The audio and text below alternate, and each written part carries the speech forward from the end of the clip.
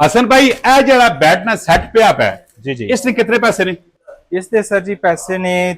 3,35,000 रुपया उस वाली बालू फ्री दसो ये बालू फ्री कर पक्की गल है पक्की इस उत्ते गज वज के बोले वैसे बालू ना की रेट होना चाहिए ना जी कमेंट सेक्शन में दसो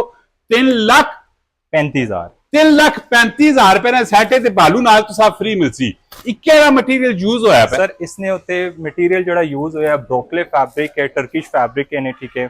और प्लस कुशनिंग जड़ी हुई है वो मल्टी फॉर्म दी हुई है ठीक है प्लस साढ़े जड़ा वुड है ना इसके उत्ते ऐसा मेलामाइन नी पेस्टिंग की हुई